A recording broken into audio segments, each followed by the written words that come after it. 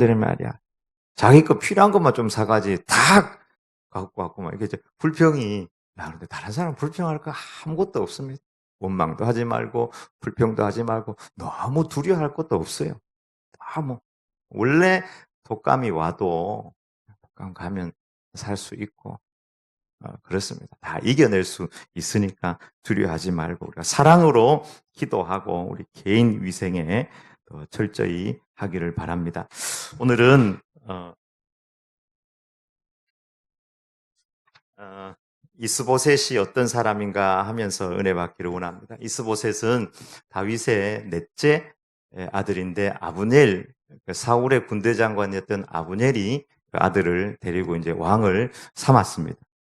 왕이 된 지 2년 만에 군대 장관이었던 이 아브넬하고 사이가 별로 안 좋았어요. 아브넬이 잘못한 일이 있습니다. 뭐냐 하면 사울, 그러니까 이스보셋의 아버지였던 사울 왕의 첩이 있었는데 그 첩을 그 아브넬이 통관을 했어요.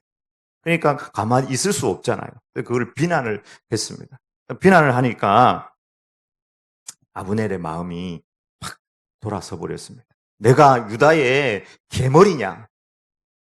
그렇게 그대로 나옵니다. 내가 유다의 개머리냐? 아무리 그래도 너를 왕 세운 사람이 누군데 나에게 이 모든 허물을 돌리느냐? 반드시 이 나라를 다윗에게 돌려버리겠다 하면서 아브넬과 이스보셋의 마음에 틈이 생겨서 아브넬이 이번 이 기회로 통해 가지고 헤브론으로 내려가 가지고 다윗하고 1차 소위 정상회담을 하게 됩니다. 정상회담하고 돌아오는 길에 요압이 와서 보니까 정상회담을 하고 돌아간 거예요. 그때 이제 한 부하 20명쯤 데리고 왔거든요. 그러니까 요압이 사람을 보내가지고 나도 우리 군대 장관, 국방부 장관으로서 그쪽 실권자인 그를 만나고 싶다. 좀 조심해서 데리고 와라. 그래서 데려와서 지난번 아사헬 죽인 일도 있고 하니까 이제 돌아왔는데 칼로 찔러 죽여버리는 거예요. 그래서 아브넬이 죽었다는 이 소식이 북이스라엘에게 또 이스보셋에게 들렸다. 4장 1절에 보면 사울의 아들 이스보셋은 아브넬이 헤브론에서 죽었다 함을 듣고 손에 맥이 풀렸고 온 이스라엘이 놀라니라. 죽었다는 소식에 이스보셋의 손에 맥이 탁 풀렸, 심장이 쿵. 그리고 이스라엘 백성들도 다 놀랐다. 왜 그렇습니까? 군대 장관, 실권자가 죽었으니까 실제로 이스보셋보다는 아브넬이 대통령 같은 사람인데 이제 다윗이 올라오면은 다 죽은 거예요. 이스보셋 자기 또 죽게 생긴 것입니다. 그래서 오늘 이 장면에서 우리가 먼저 보는 것은 이스보셋이 정말 의지했던 것이 무엇인가 하는 것을 보게 됩니다. 이스보셋이 정말 의지했던 것은 권력이고 사람이고 힘이었습니다. 여러분, 결국 사람 의지하고 물질 의지하고 권력 의지하면 그 사람과 권력과 물질이 망할 때 이스보셋의 심장이 쿵 떨어지는 것처럼 그때 그것을 의지한 그 사람도 쿵 떨어지게 되는 것입니다. 여러분, 우리 인생도 모든 것이 망하는 시기가 와요. 단 한 사람도 망하지 않는 사람은 없습니다. 우리가 망하는 시기는 언제입니까? 망한다는 표현이 조금 그러한데 하나님 앞에 서는 그 순간입니다. 권력이 있어도 권력 다 내려놓고 물질이 있어도 물질을 다 내려놓고 은사가 있어도 은사 다 내려놓고요. 하나님 앞에 서게 되는 것입니다. 그때 정말 하나님을 신뢰하고 믿고 의지하지 않은 그 사람, 물질, 권력, 사람 의지했다면 하나님 앞에 서게 될 때 이 이스보셋의 손에 맥이 풀리고 심장이 쿵 떨어진 것처럼 온 이스라엘 백성이 놀랐던 것처럼 놀라고 심장이 쿵 떨어지게 되는 것입니다. 얼마 전에도 보면은 오렌지 펀드인가 라임 펀드인가 막 투자를 해가지고 엄청나게 많이 날아간. 그래서 1억을 넣었는데 제가 글을 읽어보니까 1,000만 원만 남은 사람도 있고 또 230만 원만 남은 사람도 있고 정신이 혼미한 거죠. 어떤 사람은 빚을 내가지고 넣은 사람도 있거든. 작년에도 보면 무슨 파생 상품에 다 넣었다가 거의 뭐 80% 이상 다 날아가고. 자기 돈 가지고 해도 그런데 빚을 내 가지고 간 사람들은 정말로 심장이 쿵 떨어지는 것입니다. 저는 100억 자산을 가지고 있다가 날린 분, 맥이 푹 떨어진 사람을 알고 있습니다. 정신이 없어요. 이런 부자와 나사로의 부자, 모든 권력을 가지고 있고 모든 부를 다 가지고 있어요. 근데 하나님께서 그것 의지하고 그거 붙들고 사는데 오늘 밤 내 영혼을 내가 부르면 그것이 네 것이 되겠느냐. 헤롯, 빌라도 다 마찬가지입니다. 세상에 권력 붙들고 사람들 눈치 보면 사람들 붙들고 사는데 하나님께서 부르시면 하나님 앞에 자기가 의지했던 것이 떨어질 때에 그의 심장도 그의 힘도 다 떨어지고 마는 것입니다.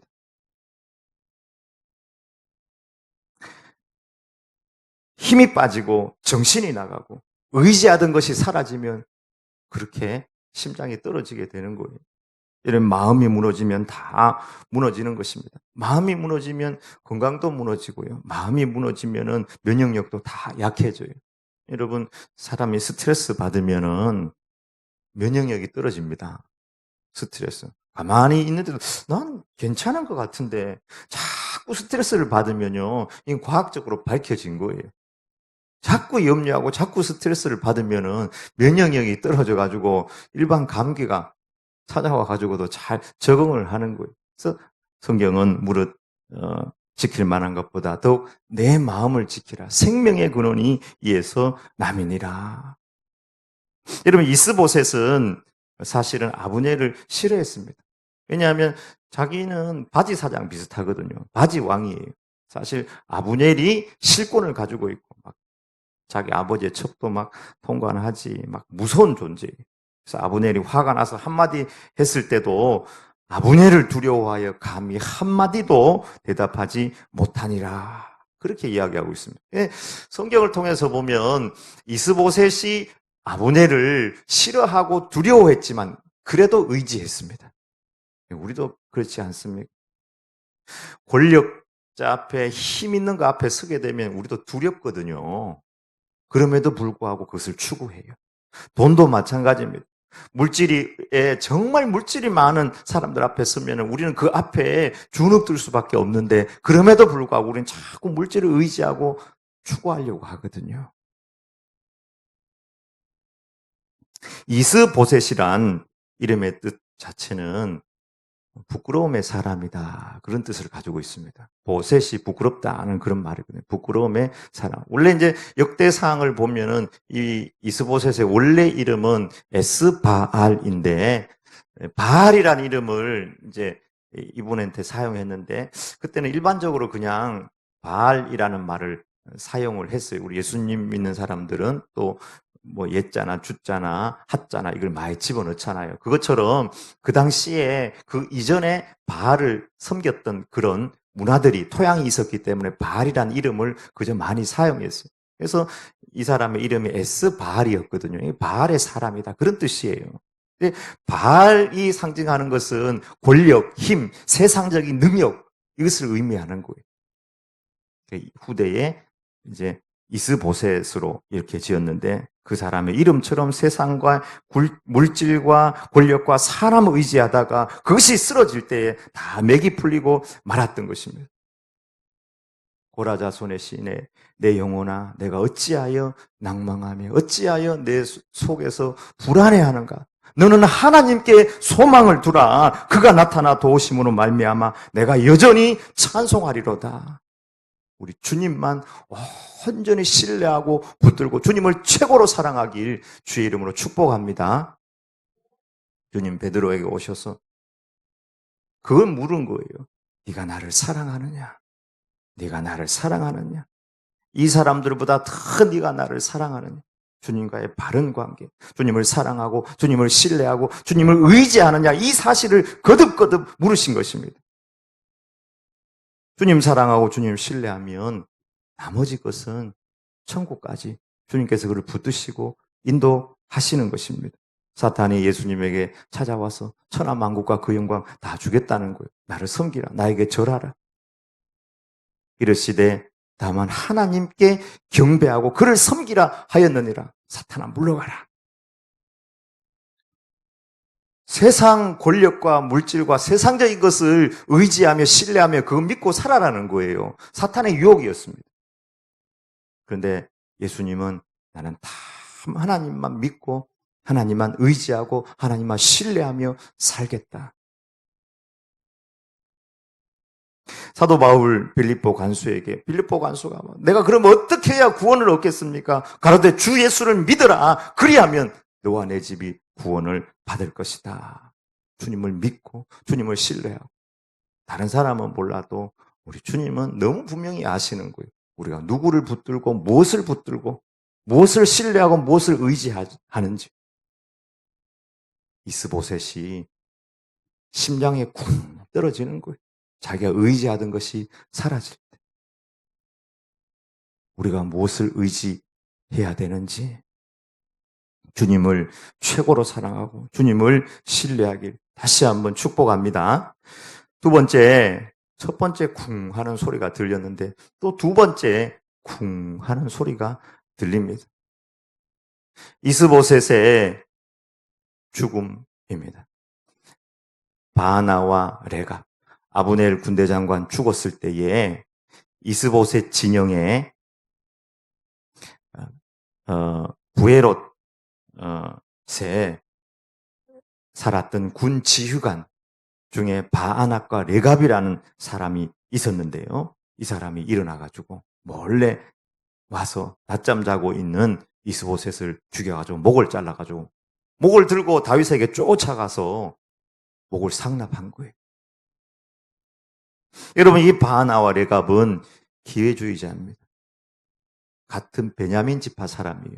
사울이 베냐민 지파 사람이거든요. 이스보셋도 베냐민 지파. 어떻게 보면 한 집안 사람일 수 있습니다. 근데 아브넬이 죽어가지고 나라가 위태할 때 부하가 그것도 군 지휘관이 어떻게 해야 합니까?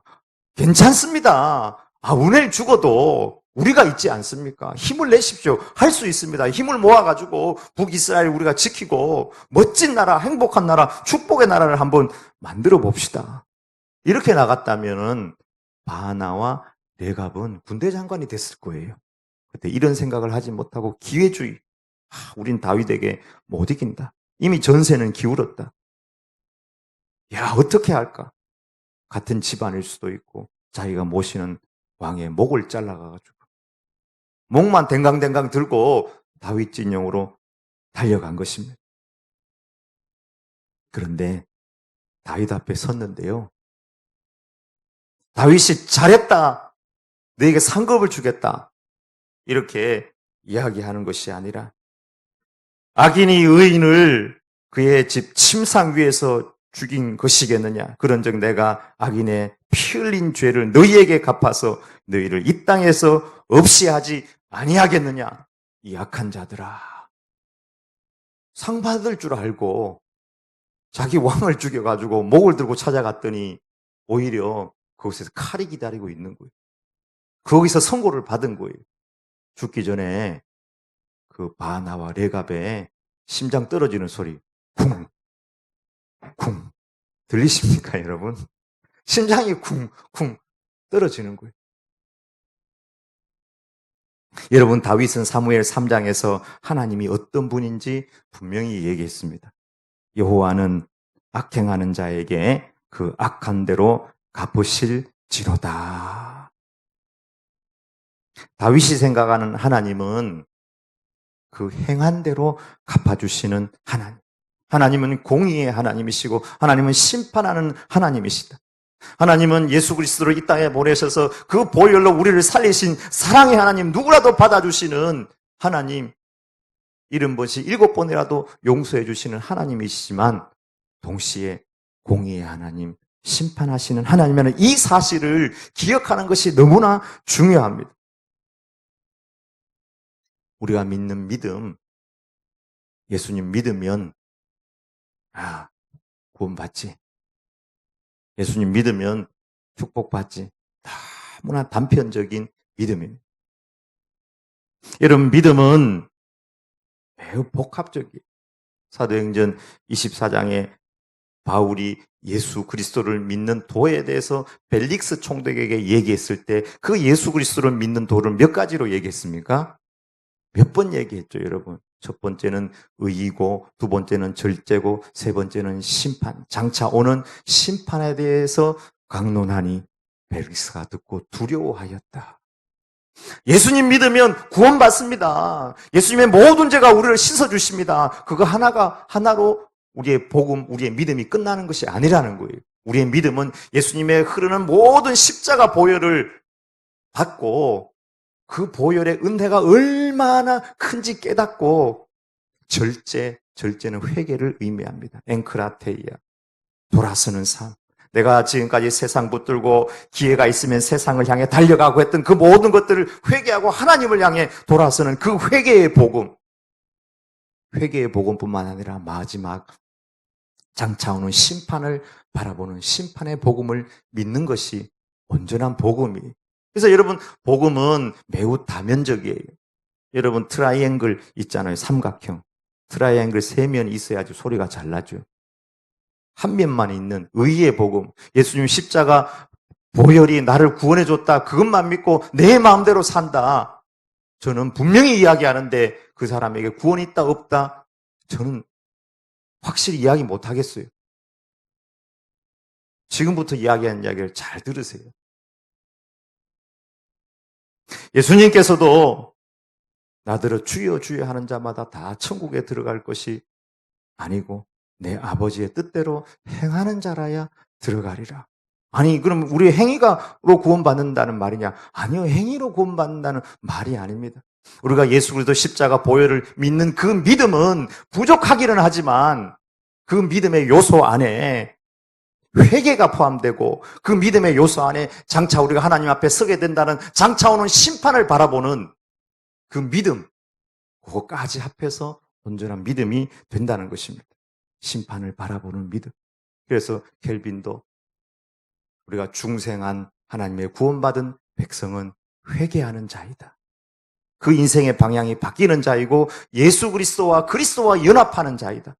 예수 그리스도와 연합된 자는 자기는 죽어버리고 하나님을 향하여 살아가는 자이다. 마태복음 13장에 천국 비유에서 천국은 마치 바다에 치고 각종 물고기를 모으는 그물과 같으니 그물에 가득함에 물가로 끌어내어서 좋은 것은 그릇에 못된 것은 내버리느라. 여러분, 주인이 그물을 쳐가지고 물고기를 모아가지고요, 마지막에 무트로 나가가지고 정리를 한다는 거예요. 못된 것은 다 버려버린다는 거예요. 좋은 것만 취한다는 것입니다. 알곡과 가라지 비유도 비슷하죠. 마태복음 25장의 세 가지 비유도 마찬가지입니다. 이 비유 안에 복음의 핵심들이 다 들어있습니다. 열처녀의 비유. 열처녀 신랑을 준비하지 못하고 만날 기름을 준비하지 못했습니다. 문을 아무리 두드려도 주인이 열어주지 않습니다. 야, 사랑의 주님이면 열어줘야 되지 않아요? 근데 한번 보세요. 안 열어준다니까요. 그런즉 깨어있으라. 달란트 비유에 1달란트, 2달란트, 5달란트 받은 자, 1달란트 받은 자 악하고 게으른 종아, 주인이 와서 마지막 결산의 시간에 책망했습니다. 근데 그 1달란트 받은 자가요, 하나님 모르는 사람이 아니라니까요. 하나님도 알고, 그 사람의 이야기가 보면 그래요. 하나님에 대해서 잘못 알고 있었습니다. 복음에 대해서 잘못 알고 있었어요. 은사를 주신 하나님도 알고 있었다니까요. 저는 하나님 심지 않은 데서 나게 하고 뿌리지 않은 데서 거두는 그런 굉장히 엄격한 분인 줄 알았습니다. 모든 것을 그냥 하나님 마음대로 주권대로 할 수 있는 분인 줄 알았습니다. 이 악하고 게으른 종아, 나는 심지 않은 데서 거두고 해치지 않은 데서 모으는 줄 네가 알았다면은 그것을 마땅히 내 돈을 취하는 자들에게 줘가지고 내가 돌아왔을 때 원금과 이자라도 받게 하였을 것이다. 그에게 1달란트를 빼앗아 10달란트 가진 자에게 주라. 이 무익한 종을 바깥 어두운 데로 내쫓으라. 거기서 슬피 울며 이를 갈리라. 슬피 울며 이를 가는 장소가 어딜까요? 여기 교회고 그냥 저 밑에 바깥 교회 뜰일까요? 천국은 초대교회 사도들의 책에 보면은 디다케 책에 보면은 사도들이 이야기할 때 이 인생은 두 가지 길이 있다 하고 처음에 이렇게 시작합니다. 두 길이 있다. 연옥, 뭐 대기하는데, 뭐 삼각지대 이런 거 성경 이야기하지 않습니다. 바깥 어두운데 슬피 울며 이를 갈리라. 마지막 달란트 비유 다음에 25장에 나오는 게 양과 염소의 비유거든요. 인자가 천사들과 함께 와서 마치 목자가 양과 염소를 구별하듯이 진짜 온전한 믿음을 가지고 있는 자들을 찾아낸다는 거예요. 여러분 양하고 염소 갖다 놓으면 구별 못합니까? 아무리 바보 같은 목자라도 양하고 염소를 구별하지 못하는 목자는 없습니다. 그처럼 하나님은 순전한 믿음, 진실하고 충성된 믿음을 가진 그 사람들은 다 찾아낸다는 거예요. 그리고 딱 갈라가지고 양하고 염소를 구별하는데 양들에게 이야기합니다. 너희들이 나를 섬겼다. 우리가 언제 섬겼습니까? 내가 굶주리고 내가 목마르고 내가 헐벗고 내가 옥에 갇혔고 내가 나그네 되었고 내가 병들었을 때에 너희가 위로해주고 돌봐주고 공양해주고 먹을 거 주고 마실 거 주고 입을 거 주고 영접해 주었다. 우리가 언제 그랬습니까? 너희들 중에 있는 지극히 작은 자에게 한 것이 곧 나에게 한 것이다. 복받을 자들이여 창세로부터 하나님께서 예비한 그 나라를 나와서 상속하라. 그리고는 염소 같은 사람들에게 똑같은 이야기를 하는 것입니다. 너희들이 나를 섬기지 않았고 공양하지 않았다. 언제 그랬습니까? 이 지극히 작은 자에게 하지 아니한 것이 곧 내게 아니한 것이라. 그리고는 예수님께서 하신 말씀입니다. 그들은 영벌에, 의인들은 영생에 들어가리라. 무서운 말씀. 그리고 성경 이 복음서하고 이 서신서하고 다 연결해서 보면 복음이 다 연결이 돼 버려요. 하나도 안 맞는 구석이 없습니다. 야고보서도 딱 맞아요. 야고보서도 행함과 믿음이 같이 일한다. 그 행함이라는 것이 뭐냐? 제가 볼 때에는 회개하는 삶과 심판하실 주님을 바라보고 착하고 충성되게 하나님 앞에 살아가는 자들입니다. 그러면 목사님, 강도, 예수님 옆에 다쳤던 그 강도는 아무것도 한 것이 없는데 행위가 없는데, 여러분 행위로 구원받는다는 얘기가 아닙니다. 그 사람의 믿음은 정말 주님을 바라보는 착하고 충성된 믿음이라는 거예요. 그리고 착하고 충성된 마음을 가지고 2달란트, 5달란트 받은 자처럼 살아가는데 그 2달란트, 5달란트처럼 살아가는 자들은 지극히 작은 자에게 눈물을 닦아주는 그런 사랑하는 삶을 살아간다는 것입니다. 여러분 심판이 있습니까? 없습니까? 성경에 보니까 분명히 있습니다. 하나님 우리를 언제 신원해주고 우리를 심판해주지 않습니까? 요한계시록에도 나옵니다. 순교한 자들이요 하나님께 청원을 막 올리는 거예요. 국민청원 청와대에 막 올리는 것처럼 청원을 막 올리는 거예요. 잠시만 기다려라. 아직 더 순교해야 된다. 천사가 예수님께서 그렇게 이야기를 해요. 여러분 구원의 심판이 따로 있고 상급의 심판이 따로 있습니까? 마태복음 25장이나 마태복음 13장을 보면은 구원의 심판과 상급의 심판이 다르지 않다는 것을 발견하게 됩니다. 사도 바울의 복음도 마찬가지고 예수님께서 말씀하신 그 복음도 마찬가지입니다. 켈빈의 논문을 여러 가지를 찾아봤는데 거의 교회론을 많이 얘기했지 몇 안 되는 논문 안에 보면은 구원론을 이야기했는데 논문 쓴 거 보면 여러분 켈빈의 구원론도 예수님만 믿어서 그거 하나만 가진 게 구원받는다 아니에요. 착하고 충성된 믿음 진실한 믿음, 그게 회개이고 그게 오시는 심판주를 바라보는, 주님을 기다리는 그 믿음인 것입니다. 예수님을 믿으면 구원은 따놓은 당상이요 그 이유는 상급이다. 그런 말씀이 성경에 있습니까? 너희가 그 은혜를 인하여 믿음으로 말미암아 구원을 얻었나니 이것이 너희에게서 난 것이 아니요 하나님의 선물이라. 행위에서 난 것이 아니니 이는 누구든지 자랑치 못하게 함이니라. 맞는 말씀입니다. 그러나 그 구원받는 그 믿음은 온전한 믿음인 것을 야고보서가 분명히 얘기해요. 주님을 바라보는 착하고 충성된 믿음. 회개하라, 천국이 가까이 왔느니라. 여러분, 회개가 필요합니다. 우리는 그러면은 참 불안한데, 너무 불안한데 내가 구원받은 충성된 믿음이 있을까? 여러분 믿음을 스스로 시험하라고 그랬잖아요. 주님을 여러분 진실로 사랑하십니까? 주님께서 우리에게 물은 그 질문을 우리도 오늘 주님을 통해서 듣고 내가 주님 사랑합니다. 세상을 향해 달려가는 것이 아니라 주님 바라보면서 심판하실 주님 앞에서 회개하는 삶, 심판하실 주님 앞에 바라보면서 헌신하고 오히려 이것에서 희생하고 이곳에서 억울하고 이곳에서 참아주고 기다려주고 주님 앞에 갔더니 하나도 헌신한 것도 없고 충성한 것도 없고 억울한 것도 없고 너무나 계산적으로 살고 심판하실 주님 앞에 가서 그 믿음이 정말 구원받을 수 있는 믿음이겠습니까?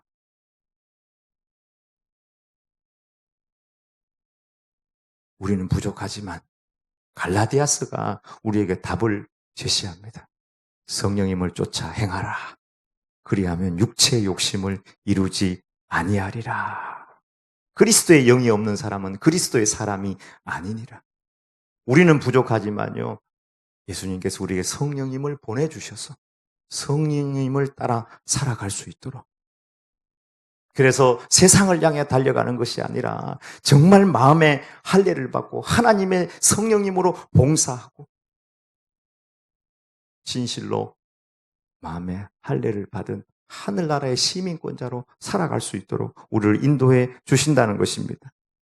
바악과 바하나와 레갑은 기회주의자의 삶을 살았습니다. 기회가 되면 행악하고 기회가 되면 욕심 부리고 기회가 되면 탐심 부리고 이런 믿음이 아니라 정말 방향이 하나님께로 맞춰져 있는 신실한 믿음, 신실하고 충성된 믿음. 성경은 살인자, 거짓말하는 자, 우상숭배자, 음행하는 자, 악을 행하는 자 다 심판받는다고 그렇게 말씀하고 있습니다. 여러분, 신천지는 거짓말을 교리로 가르칩니다. 이만희를 이야기할 때 이만희를 성경에 예언된 목자다. 옛날에는 보혜사 이만희라고 되어 있었거든요. 이제 그 말을 잘 안 쓰고 예언된 목자. 이 시대에 예언된 목자. 노아 시대는 노아로 통해서 구원하고 이 시대는 이만희를 통해서 구원하고 예수님 시대는 예수님을 통해서 구원한다.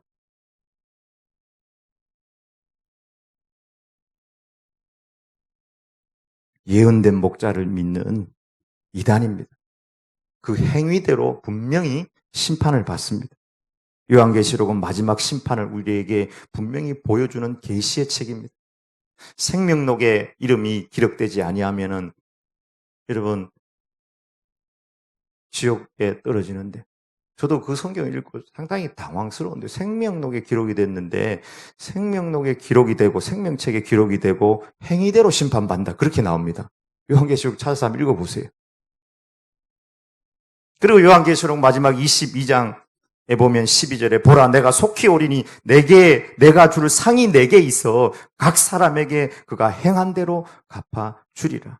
나는 알파와 오메가요 처음과 나중이요 시작과 마침이라. 우리의 구원이 행위를 의지하는 것이 아닙니다.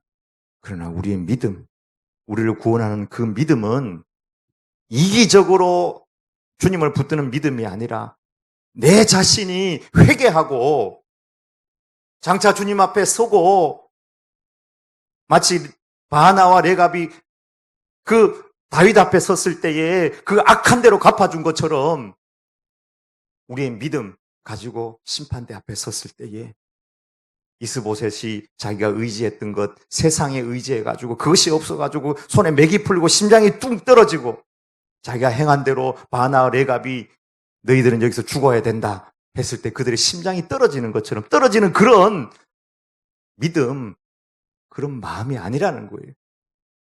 우리의 믿음, 내 믿음이 진실로 주님을 신뢰하는 믿음인가? 충성하는 믿음인가?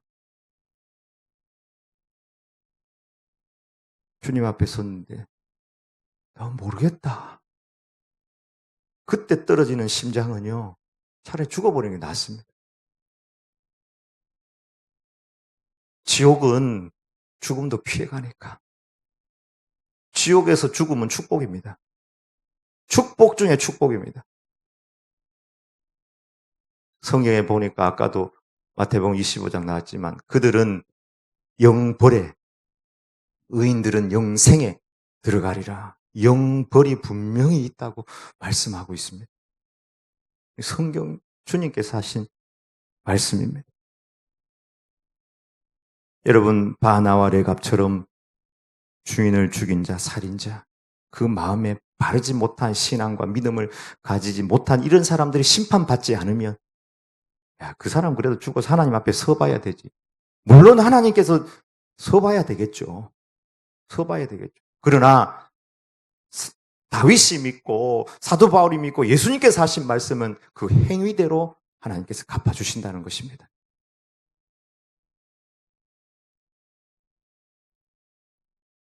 우리가 아무리 힘든 시대, 힘든 시간들을 보내도 우리를 사랑하시는 주님, 우리를 이 땅에 보내시고 언젠가 주님 부르시면 주님 앞에 서게 될 터인데 온전히 그 주님 사랑하고 십자가 보혈 의지하고 착하고 충성된 종으로 십자가의 길을 따라가시길 축복합니다.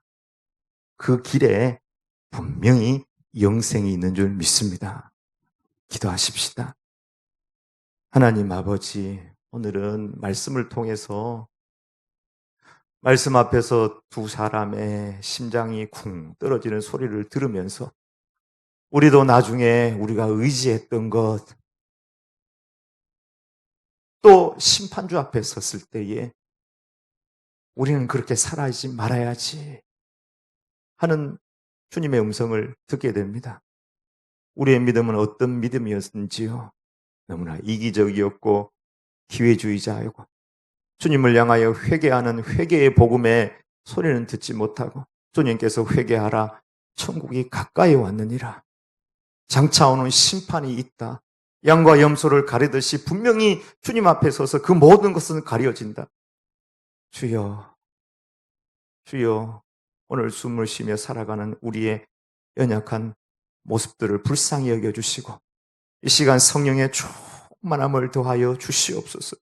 날마다 날마다 더 주님을 사랑하고 순종하고 충성하고 영혼을 사랑하고 가족을 사랑하고 원수까지라도 사랑할 수 있는 뜨거운 성령님의 마음을 주셔서 성령님의 열매 주렁주렁 맺어서 주님 앞에 섰을 때에 잘하였다 착하고 충성된 종아, 네가 억울하게 살았구나, 네가 충성하며 살았구나, 네가 믿음으로 살았구나, 하나님 앞에 상급의 축복, 영생 안에 가는 종들이 다 될 수 있도록 은혜와 능력을 더하여 주시옵소서. 예수님의 이름으로 기도 올리옵나이다. 아멘.